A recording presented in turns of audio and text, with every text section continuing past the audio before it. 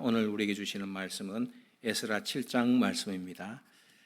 합독은 에스라 7장 1절에서 10절 말씀까지 합독하겠습니다. 에스라 7장 1절에서 10절까지 함께 한 목소리로 하나님의 말씀을 받들어 읽겠습니다. 이 일 후에 바사 왕 아닥사스다가 왕위에 있을 때에 에스라라 하는 자가 있으니라. 그는 스갈의 아들이요 아사랴의 손자요 힐기야의 정손이요 살룸의 현손이요 사독의 5대손이요 아히두의 6대손이요 아마랴의 7대손이요 아사랴의 8대손이요 머라요스의 9대손이요 스라이아의 10대손이요 우시엘의 11대손이요 북기의 12대손이요 아비수아의 빈나스의 14대손이요 엘라살의 15대손이요 대제사장 아론의 16대 손이라. 이 에스라가 바벨론에서 올라왔으니 그는 이스라엘의 하나님 여호와께서 주신 모세의 율법에 익숙한 학자로서 그의 하나님 여호와의 도우심을 입음으로 왕에게 구하는 것은 다 받은 자이더니 아닥사스다 왕 제7년에 이스라엘 자손과 제사장들과 레위 사람들과 노래하는 자들과 문지기들과 너디님 사람들 중에 몇 사람이 예루살렘으로 올라올 때 이 에스라가 올라왔으니 왕의 제7년 다섯째 달이라. 첫째 달 초하루에 바벨론에서 길을 떠났고 하나님의 선한 손의 도우심을 입어 다섯째 달 초하루에 예루살렘에 이르니라. 에스라가 여호와의 율법을 연구하여 준행하며 율례와 규례를 이스라엘에게 가르치기로 결심하였더라. 아멘. 에스라의 귀함과 말씀의 부흥이라는 제목으로 목사님 말씀 선포하시겠습니다.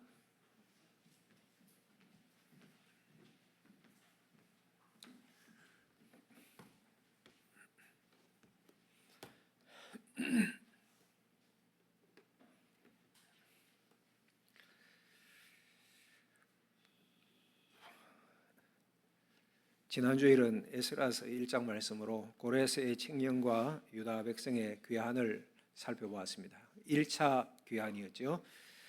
그때 바사 제국, 페르시아 제국이 큰 지도 좀 보여주세요. 큰 땅을 차지했었고 이 땅의 중흥을 이루었던 사람이 바로 고레스 왕이었다. 그런데 하나님께서 이방의 왕이었던 고레스의 마음까지 주관을 하셔서 이스라엘 백성들이 고국 땅으로 돌아오도록 그렇게 조서를 내리게 했죠. 고레스의 마음만 감동시킨 것이 아니라 유다 백성들의 마음도 감동시키고 주변 사람들의 마음도 감동시키셔서 이 1차 귀환을 도왔던 것을 우리가 살펴보았습니다. 그래서 하나님께서 이전에 예언하셨던 이사야를 통하여 예언하고 예레미야를 통하여 예언하셨던 모든 그 예언의 말씀을 그대로 성취하는 것을 우리가 들었습니다. 그리고 얼마나 세밀하신 하나님이신지 돌아갈 때 그냥 보내지 않고 성전에 빼앗겼던 그 기명들 그릇 하나하나까지 세워서 5,400점을 들고 예루살렘으로 귀환하게 되었다는 것을 지난주에 살펴보았습니다.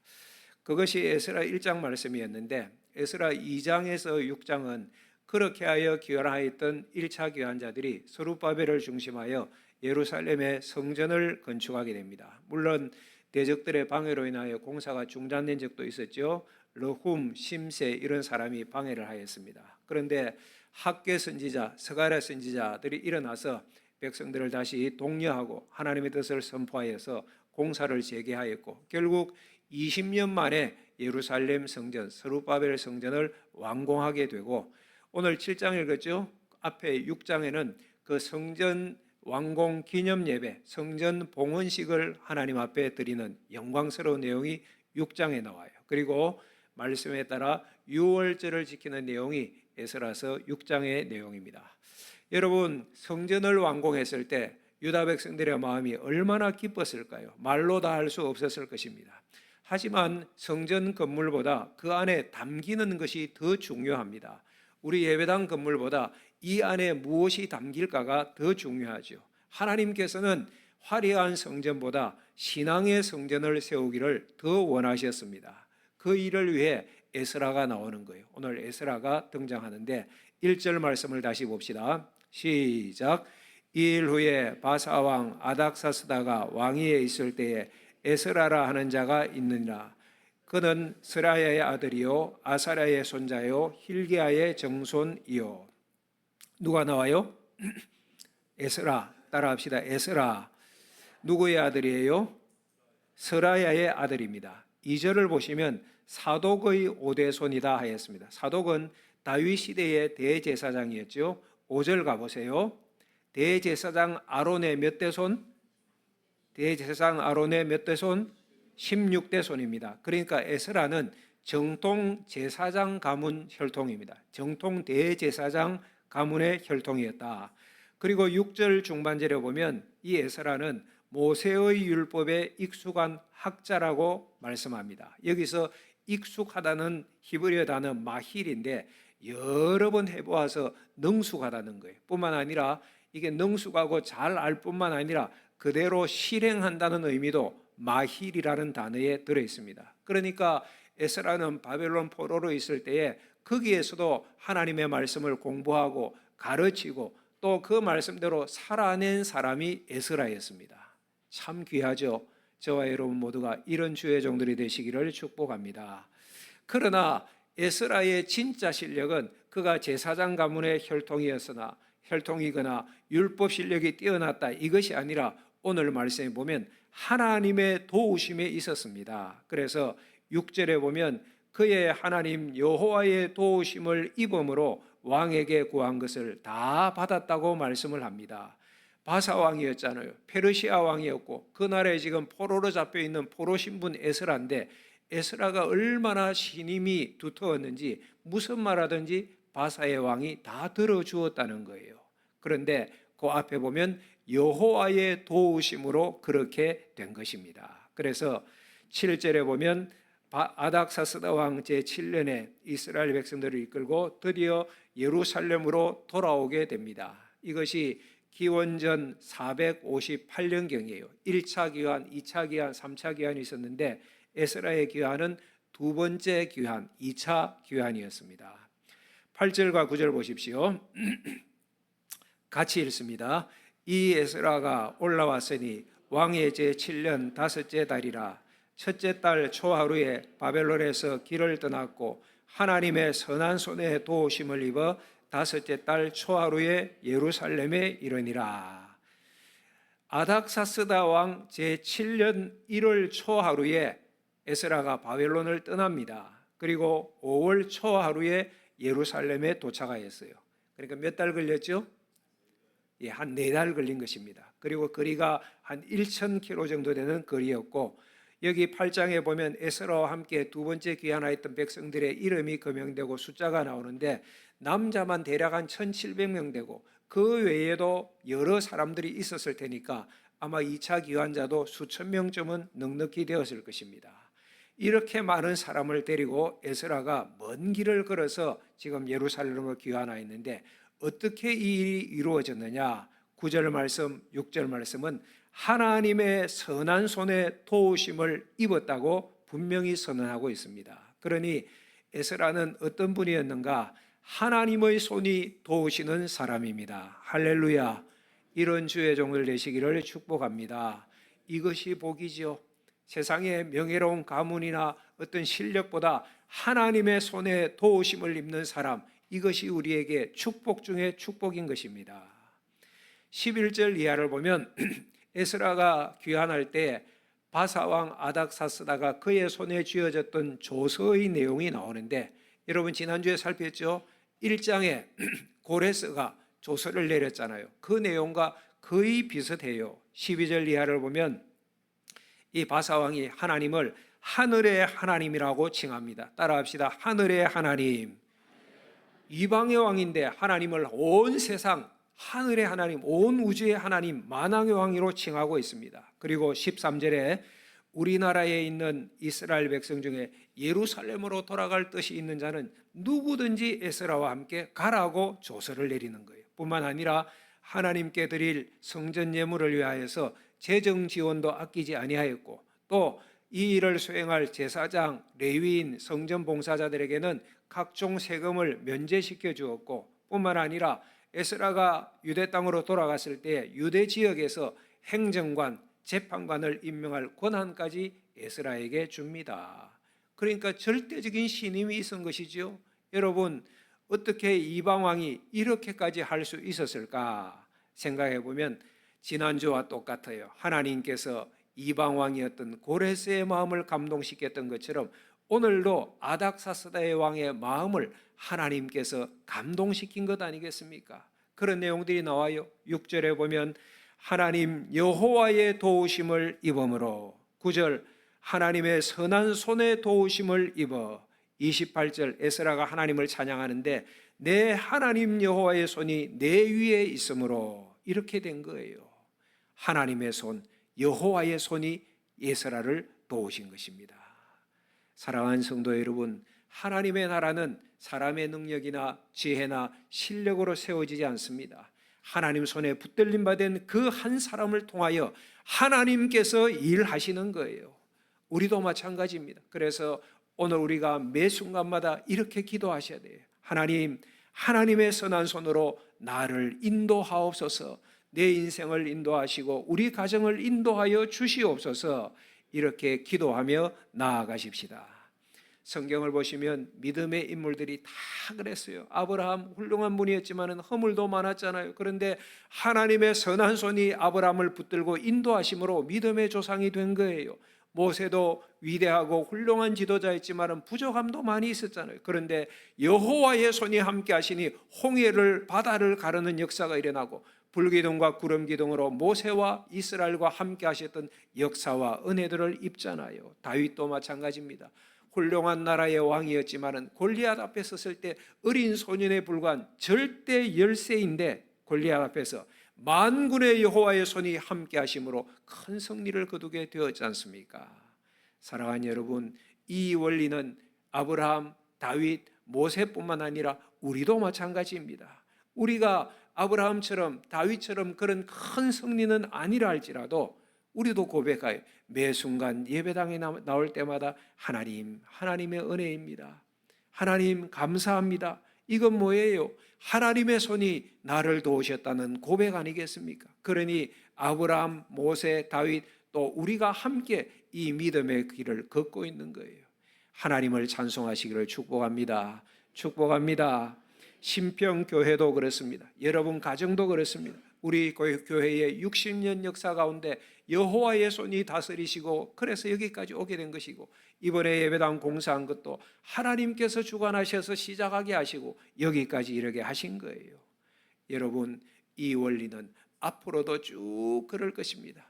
여러분 인생에, 가정에, 우리 신평교회에, 이 나라에 여호와의 손이 함께 하실 때 형통하고 복의 문이 열려질 줄 믿습니다. 두 번째로 생각할 것은 말씀으로 세워지는 하나님의 나라입니다. 무엇으로 세워져요? 오늘 주제는 말씀이에요. 하나님의 말씀이에요. 우리가 7장 말씀을 읽었는데 그 앞에 6장은 성전 봉헌식이 있었다고 말씀드렸습니다. 예루살렘 성전을 재건하고 봉헌식을 해드리는데 그때가 다리오 왕 제6년이었어요. 기원전 516년경입니다. 그리고 이제 7장으로 넘어오면 에스라가 귀환하는 2차 귀환 사건이 기록되었잖아요. 이것은 아닥사스다 왕 제7년이었습니다. 기원전 458년입니다. 그러니까 6장과 7장 사이에는 한 58년의 기간이 있어요. 성전을 건축하고 난 다음에 에스라가 귀환한 것은 그 뒤로 한 60년, 58년 이후의 일이었다는 사실입니다. 그 중간에 에스라서에는 기록이 안 됐지만 에서드 사건이 있었어요. 바사왕 아하수에로 왕이었죠. 아하수에로 왕 때 에서드가 민족을 구한 사건이 있었는데 이거는 에서드서에 기록이 되었어요. 그냥 생각해 보면 에서드 사건이 에스라의 2차 귀환의 계기가 되었을 수도 있겠다 하는 생각은 들어집니다. 어쨌든 7장으로 넘어오면 이제 이스라엘의 스룹바벨 2차 성전이 재건되어 있었지만은 영적으로는 여전히 방황하고 있었어요. 하나님 말씀 중심으로 살지 못했더라는 사실입니다. 그래서 에스라를 보내신 거예요. 하나님께서. 왜 에스라를 보내셨는가? 에스라가 율법에 익숙하고 율법을 준행하는 학사였잖아요. 10절 보십시오. 예루살렘에 도착한 에스라가 이렇게 결심합니다. 시작.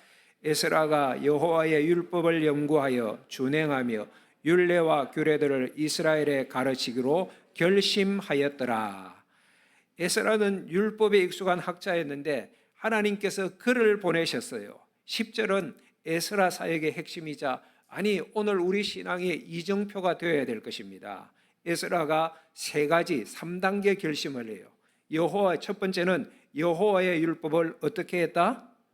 첫째는 따라합시다. 연구하여 하나님의 말씀을 읽고 깊이 묵상하고 하나님의 뜻이 무엇인지를 찾는 거예요. 성경을 공부하고 한 것입니다. 그 다음에 여호와의 율법을 연구하여, 그 다음 2번째로 준행하며, 따라합시다. 준행하며. 이건 뭐예요? 실천하는 것이죠. 깨달은 말씀을 내 삶에서 살아내는 것입니다. 여기까지 가야 돼요. 연구하는 것, 아는 것으로 끝나면 안 돼요. 그런데 에스라는 하나님의 말씀을 연구하여, 그 다음 준행하며, 3번째 결심은 가르치기로 결심하였다. 따라합시다. 연구하여, 준행하며, 가르치기로 결심하다. 그러니까 나만 하나님 말씀대로 살겠다 이것이 아니라 깨달음이 생명의 말씀, 진리의 말씀을 우리 백성들에게 가르쳐서 우리 공동체가 하나님 말씀 안에서 다시 살아야 되겠다, 함께 살아야 되겠다라고 에스라가 결심한 것입니다. 사랑하는 여러분, 하나님의 나라는 화려한 건물에 있지 않습니다. 직분에 있지 않습니다. 어떤 대단한 외형이나 예배의식, 예식에 있지 않습니다. 하나님의 나라는 하나님의 말씀이 선포되고 그 말씀이 하나님 백성들의 마음속 한 사람 한 사람에 살아서 새록새록 새겨지고 말씀이 깨달아지고 그 말씀이 나의 삶이 되어질 때에 비로소 여러분 심령에 하나님 나라가 임하는 것이고 여러분 가정에, 우리 교회에, 이 나라에 하나님의 나라가 임하는 줄 믿습니다. 하나님의 말씀이 내 삶 가운데 살아 역사해야 돼요. 성경을 보시며 부흥은요 항상 말씀의 부흥이었습니다. 개인도, 가정도, 교회도, 나라도 하나님의 말씀이 역사하실 때 심령의 부흥, 하나님의 형통케 하시는 역사가 일어났던 거예요. 우리가 이미 살펴보았지만은 열왕기하 22장에 요시야 왕 나오지요. 요시야 왕이 남유다 16대 왕이었고 참 훌륭한 왕이었잖아요. 특별히 그가 훌륭하게 된 계기가 있었어요. 성전을 수리하다가 하나님의 말씀, 율법책을 발견하고 그 책을 읽는데 말씀을 읽으니까 마음에 찔림이 있는 거예요. 우리가 이렇게 하나님 앞에 범죄하였구나 깨달아 알게 되어서 마음의 찔림을 받고 왕이 옷을 찢으며 죄를 뒤집어 쓰고 통곡하며 회개하니 백성들이 따라서 함께 회개하고 그래서 자신과 나라를 개혁하게 된 거예요. 그때 당시 유다가 16대 왕이니까 20대 왕이기 때문에 멸망했거든요. 멸망을 향하여 지금 고속버스 타듯이 달려가고 있는 그 시기에 요시야라는 말씀의 왕이 일어나서 타락하여 멸망하러 가는 나라의 소망의 불을 잠시 밝혔잖아요. 하나님의 은혜지요. 창세기 35장 가면 야곱의 가정이 큰 어려움을 만났습니다. 세겜 족속에게 멸족을 당할 위기를 만났습니다. 어떻게 해야 될까 고민하는데 하나님께서 말씀하시기를 베델로 올라가라고 말씀하십니다. 하나님의 명대로 베델로 가지 않고 세상과 결탁하여서 세겜에 머물고 그러다가 그 가정이 멸문당하게 되었거든요. 그때 야곱 가정이 하나님의 말씀을 붙들고 베델로 올라갑니다. 이방 신상을 제거하고 스스로 자신을 정결케 하고 베델에서 하나님께 예배드리니 하나님께서 그 가정을 보호해 주셨어요. 가정을 회복시켜 주셨어요. 그러니까 하나님의 말씀을 기준 삼을 때 은혜를 입게 된 것입니다. 사랑하는 여러분, 오늘 우리는 신평교회의 부흥을 위하여 함께 기도하시기를 바랍니다. 교회의 부흥도 성경을 보면 항상 말씀이 함께하는 부흥이었어요. 사도행전에 예루살렘 교회가 부흥하고 안디옥 교회가 부흥하고 선교지 교회가 부흥할 때 하나님의 말씀이 흥왕하여 가니라. 사도행전에 이런 말씀이 곳곳에 나와요. 무엇이 흥왕해요? 하나님의 말씀이 흥왕하여 가니 교회가 영적으로 충만하고 부흥하고 예수 믿는 자의 수가 많아지게 된 거예요. 우리 신평교회가 이런 교회 되어지도록 함께 기도하십시다. 여러분, 오늘 7장을 살펴봤는데 에스라서 8장, 9장, 10장 뒷부분의 내용이 그 내용이에요. 말씀으로 나라와 백성을 개혁해요. 9장, 10장에 보면 유다 백성들이 성전은 있었지만은 죄악에 빠져 있어요. 하나님의 말씀이 그들을 다스리지 않으니까 이방인들과 교제하고 그들의 죄악 가운데 빠지고 그들과 통혼하고 그러므로 그들의 우상을 섬기고, 그런데 9장 4절 말씀에 보면 그 가운데도 하나님의 말씀을 두려워 떠는 자들이 있었습니다. 다 타락인 것 같았지만 아니었어요. 여호와의 말씀을 기억하고 죄악 가운데 빠진 백성을 보면서 두려워 떠는 자들이 있었다니까요.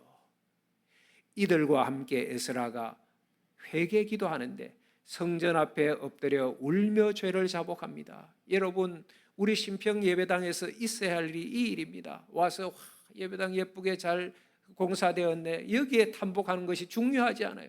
이 자리에서 있어야 할 것은 하나님의 말씀이 선포되고 그 말씀이 내 가슴을 찢어서 회개할 일은 회개하고, 또 하나님 주신 사명을 붙들고 내가 이 말씀대로 살아야지 준행하기로 결단하고 세상에 나가 빛과 소금이 되고, 우리 신평교회가 이 일을 해야 하는 것입니다.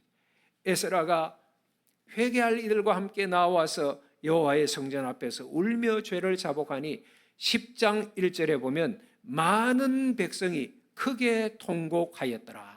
말씀 앞에서 통곡한 것입니다. 여러분, 오늘 우리에게 이런 일이 있어야 되는데 하나님의 말씀 때문에 크게 통곡하고 회개하는 일들이 우리에게 있어야 하는데 말입니다.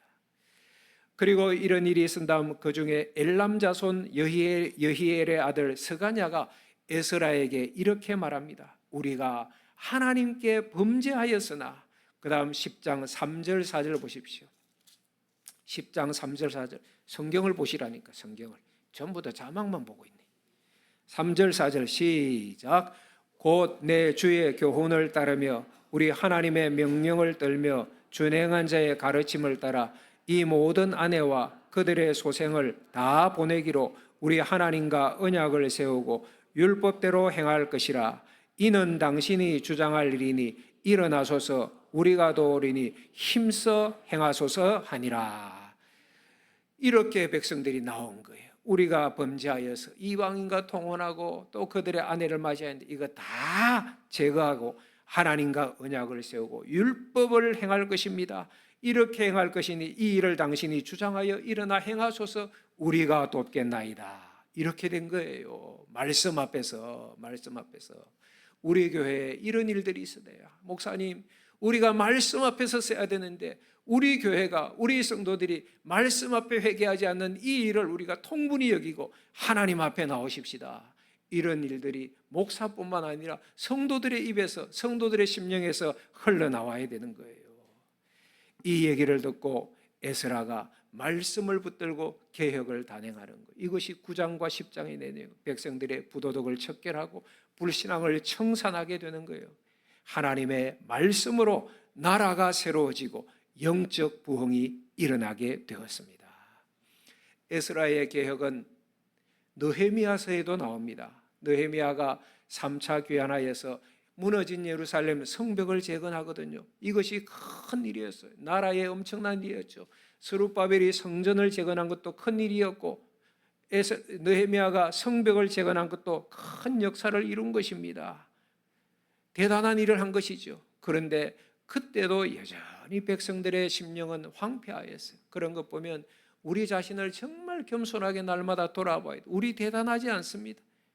여러분, 순간순간 하나님께서 말씀하셔서 에스라의 부흥이 있고 하였지만 또다시 시간이 지나면 범죄하고 하나님의 말씀 기억하지 아니하고 연약한 상태, 영적으로 타락한 모습으로 그렇게 넘어지는 이스라엘의 모습을 보니 우리도 연약한 거예요. 그 느헤미야서에 보면 느헤미야서 8장에 느헤미야서에 나와요. 학사 에스라가 새벽부터 수문학 광장에서 율법책을 낭송합니다. 하나님의 말씀을 선포하니까 백성들이 하나씩 둘씩 그 말씀에 귀를 기울이다가 그 말씀 앞에 자복하고 레위인들이 그 말씀의 뜻을 해석해 주자 느헤미야 8장 9절 말씀, 백성이 율법의 말씀을 듣고 다 우는지라. 하나님의 말씀 앞에서 자신의 죄악을 깨닫고 다 우는지라. 죄를 자복하고 하나님과 견고한 언약을 세우고 새 삶으로 나오는 거예요. 그래서 느헤미야에도 영적 대부흥이 일어나게 된 것입니다. 어디에서? 하나님 말씀 앞에서. 사랑하는 성도 여러분, 그러니 우리 모두도 말씀의 부흥을 간절히 소망하십시다.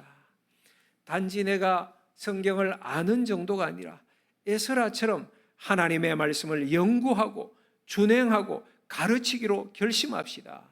오늘 교회 성도들 가운데 교회를 좀 아는데, 성경을 좀 아는데 준행이 안 되는 분들이 많이 있어요. 성경 얘기는 좀 들었는데 말씀 실천이 안 되는 분들이 있어요. 그래서 목사 보기에 안타깝고 성도들 보기에도 그렇고 본인이 생각할 때도 영적 갈급함이 있는 분들이 있더라고요. 한국 교회에 1980년도에 제자 훈련을 도입하신 분이 고 옥하는 목사님입니다. 사랑의 교회, 서울 사랑의 교회죠. 그때 당시 한국 교회는 부흥의 시기였습니다. 1970년도, 80년도에는 예배당을 지어 놓기만 하면 막 교인들이 꽉 찼어요. 여기저기서 몰려왔습니다. 예배당도 많이 화려한 예배당도 지었고 교회들마다 많은 사람들이 모였지만은 정작 성도들의 삶은 말씀으로 변하지 않았습니다. 성숙되지 않았습니다. 삶이 바뀌지 않았던 거예요. 그래서 옥 목사님이 성도 한 사람이 하나님의 말씀으로 세워지지 아니하면 이 화려한 건물은 껍데기일 뿐이다 라면서 한 사람 한 영혼을 말씀으로 세우는 일에 목숨을 걸었어요. 제자훈련을 시킨 거예요. 그렇게 제자훈련을 받았던 어느 권사님의 일합니다. 제자훈련을 받으면서 이 권사님이 말씀 앞에 꼬꾸러진 거예요. 준행하는 단계, 연구하고 준행하고 가르쳤잖아요. 준행하는 단계에서 무너졌습니다. 권사님이니까 얼마나 교회 사랑하고 오래 다녔겠습니까? 성경도 많이 알았겠죠. 그런데 마음 한가운데 가정에 불화가 있어. 며느리와 화합하지 못해서, 아니 며느리를 미워하는 마음으로 오랫동안 살았는데 말씀 공부하다가 마음의 찔림을 받고 며느리를 말씀 때문에 용서하기로 결단한 거예요. 나중에 그 시어머니 권사님이 며느리 앞에 무릎을 꿇고 사과했습니다. 여러분, 며느리가 어떻게 했어요? 그래서 그 가정이 하나님의 말씀 안에서 회복되는 역사가 일어났대요. 사랑하는 여러분, 이것이 남의 일이 아닙니다. 하나님의 말씀을 준행하면 여러분 삶에, 여러분 가정에 생명의 역사가 일어날 줄 믿습니다. 사랑하는 여러분, 저는 또는 여러분은 지난 주간에 어떤 말씀에 준행을 하셨습니까? 여러분, 지난 주간에 하나님 말씀 때문에 이웃을 용서하셨습니까? 하나님 말씀 때문에 위로를 얻고 용기를 얻었습니까? 하나님 말씀 때문에 나를 포기하고 이웃에게 떡 하나를 나누었습니까? 여러분, 지난 주간에 하나님 말씀 때문에 여러분 주변에 병들고 연약한 이웃들, 여러 가지 일로 아파하는 이웃들을 찾아가셨습니까? 마태복음 25장에 예수님께서 이런 연약한 자, 연약한 소자 하나에게 한 것이 곧 나에게 한 것이라고 말씀하셨습니다. 그러니 오늘 이 예배 시간에 나도 하나님 말씀을 준행하겠습니다. 결심하시기를 바랍니다. 주일 예배 잘 드리고 특별히 하나님의 말씀, 설교 말씀을 잘 들으십시오. 졸음이 오면 꼬집어서 깨우세요. 영혼이 죽느냐 사느냐 중요한 시간입니다. 하나님의 말씀을 잘 듣고 결단기도 하는 시간에 꼭 결심하십시오. 말씀을 붙들고 결심하시고, 그리고 6일간 세상 삶 가운데 여러 가지 다 하시면 좋지만 꼭 한 가지씩이라도 매일 한 번씩 준행하십시오. 그렇게 실천하고 다음 주일에 와서 사랑방에서 나누는 거예요. 내가 지난 이런 말씀 붙들고 한 주간 살아봤는데 하나님께서 이렇게 나를 인도하여 주셨습니다. 그리고 하나님의 법도와 율례를 가르치시기 바랍니다. 부모들은 가정에서 자녀들에게 하나님의 말씀을 꼭 가르치십시오. 여러분 자녀가 나이 20살, 30살 넘어가면 뭘 말해도 하나님의 말씀 가르쳐도 듣지 않습니다. 힘듭니다. 어릴 때 가르쳐야 돼요. 말씀을 암송하고 주일학교에 보내어서 성경을 공부하게 하고 기도하게 하고, 때로는 강제적으로라도 이 아이들에게 하나님 말씀을 심는 것은 그들의 인생을 유익하게 할 것입니다. 성도들에게 필요할 때 하나님 말씀을 나누고 친척과 이웃들에게, 친구에게 하나님의 말씀을 가르치십시오. 아니 내가 어떻게 하나님의 말씀을 전할 수 있을까? 기도하셔야죠. 성령의 지혜와 인도하심을 구하고 하나님의 말씀을 여러분 주변 사람들에게, VIP들에게 전하시기 바랍니다. 그때 하나님의 선하신 손이 여러분들을 도우실 것입니다. 사랑하는 여러분, 이 말씀의 부흥을 위하여서 우리가 먼저 해야 할 일이 말씀을 배우는 일입니다. 오늘 에스라가 세 가지 결심 가운데 먼저 율법을 연구했잖아요. 하나님 말씀을 공부했잖아요. 그래서 이 성경을 여러분 사랑하시기 바랍니다. 이 성경 말씀, 성경책 사랑하시기 바랍니다. 여러분 살아가면서 여러분들에게도 가치를 두는 물건이나 무슨 어떤 일들이 있잖아요. 가치를 두고 내가 사랑하고 의미를 두는 것 있죠. 저는 이 성경책이 또 이 찬송가가 참 소중합니다. 하나님의 말씀이고 하나님을 찬양하는 것이니까 소중할 뿐만 아니라 또 이 성경책 제가 한 10년째 제가 쓰고 있는데 7년째인가 8년째인가 좀 성경이 표지가 떨어지고 너덜너덜해지니까 그 얘기를 듣고 아내가 재료를 구해서 이 성경을 이렇게 예쁘게 포장을 입혀준 거예요. 거기에다가 성경책 앞에는 수를 놓아가요. 이렇게 보이나 이게? 보입니까? 성경, 찬송가도 찬송가. 좀 글자가 삐뚤삐뚤하기도 해요. 색깔도 조금 까마잡잡하기도 하지만은 그래도 아내가 사랑의 마음으로 이렇게 입혀주니까 저도 원래 성경이 귀하기도 하지만 또 귀하게 이렇게 보고 소중하더라고요. 제가 무슨 말씀을 드리는가 하니 여러분 사람의 작은 손길에도 사랑이 담기면 즐겁고 행복한데 성경은 하나님의 무한한 사랑이 담긴 책이니까 얼마나 귀합니까? 얼마나 소중한 책입니까? 하나님 말씀 귀하다. 귀하고 귀하다. 우리 어머니가 들려주시던 재미있게 듣던 말 이 책 중에 있으니 이 성경 심히 사랑합니다. 하나님 말씀을 사랑하시기 바랍니다. 사랑하여서 내 가슴에 내 마음에 꼭 품고 성경을 예배 때 들고 오는 책 정도로 여기지 마십시오. 아이고 펼치면 잠이 오고 아이고 읽어봐도 의미는 오니까 재미없다 그렇게 덮어버리고 아니 그것이 복을 차는 거예요. 복을 차는 거예요. 하나님의 말씀이 생명의 복인데 여러분 그렇게 성경을 버려두면 눈이 있지만 보지 못하는 소경 같은 것입니다. 시편 119편 105절 말씀입니다. 주의 말씀은 내 발의 등이요 내 길의 빛이니이다. 어두운 캄캄한 이 밤길을 걸어 같은 인생인데 하나님의 말씀이 등불이요 빛이니까 이 말씀 놓치고 살면 되겠습니까? 여러분 성경은요 로또 1등 당첨된 것보다 훨씬 놀라운 선물입니다.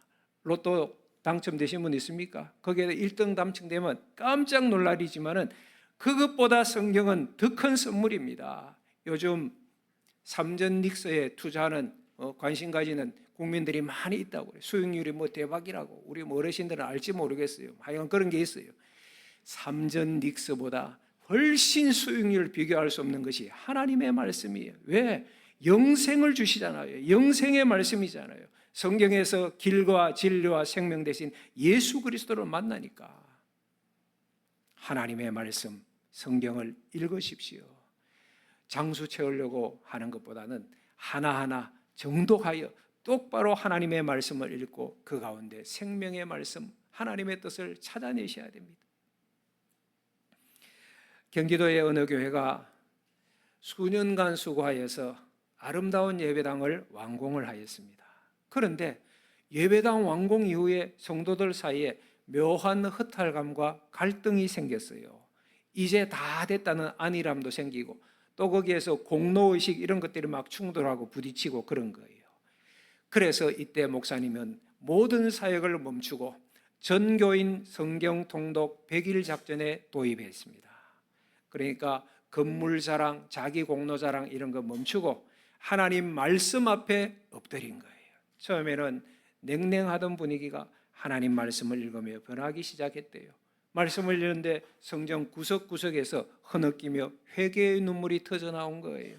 비로소 이 교회는 건물이 아닌 은혜의 공동체로 거듭나고 말씀의 공동체, 성령의 공동체로 거듭나게 되었다고 합니다.